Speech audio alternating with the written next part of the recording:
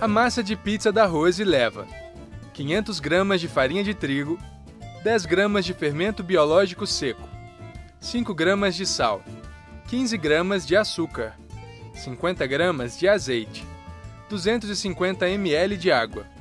Então nós começamos pela farinha, depois nós colocamos um pouco de açúcar, porque eu vou utilizar fermento. E este fermento é um fermento que ele tem que ser acordado. Então, e ele nada mais é do que acordar com um pouquinho de água morna. Tudo pelo carinho é desenvolvido com, melhor, cresce mais, não é? E aí depois os outros ingredientes. Então nós podemos colocar aqui farinha de trigo. Aí eu vou colocar só uma pitadinha de açúcar e eu faço aqui um espaço, um buraco, para que nós agreguemos aqui o nosso fermento. Nós já misturamos a farinha, já misturamos o fermento. Por quê? A mão é importante para que você sinta a textura. Aí nós já colocamos uma pitada de açúcar. Nós vamos agora colocar o azeite. E assim, vamos misturando toda. O sal, por que o sal não vai no começo? O sal ele vai depois, porque o sal ele inibe o crescimento do fermento. E aí eu vou colocando a água aos poucos, para que nós percebamos a textura da massa. E às vezes não há necessidade de eu colocar essa água toda na massa.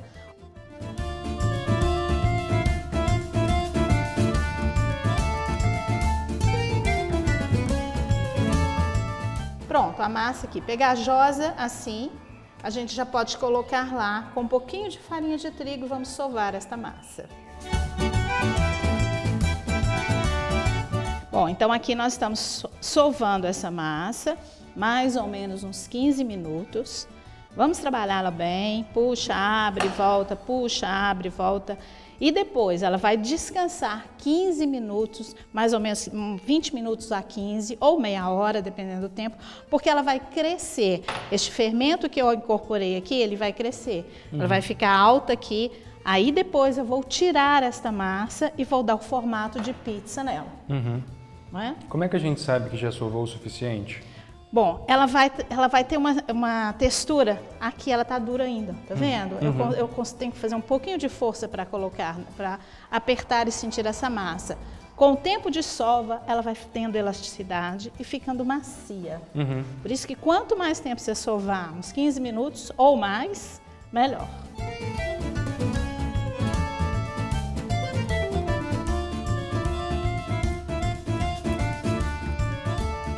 Essa massa tem que descansar para que depois a gente abra.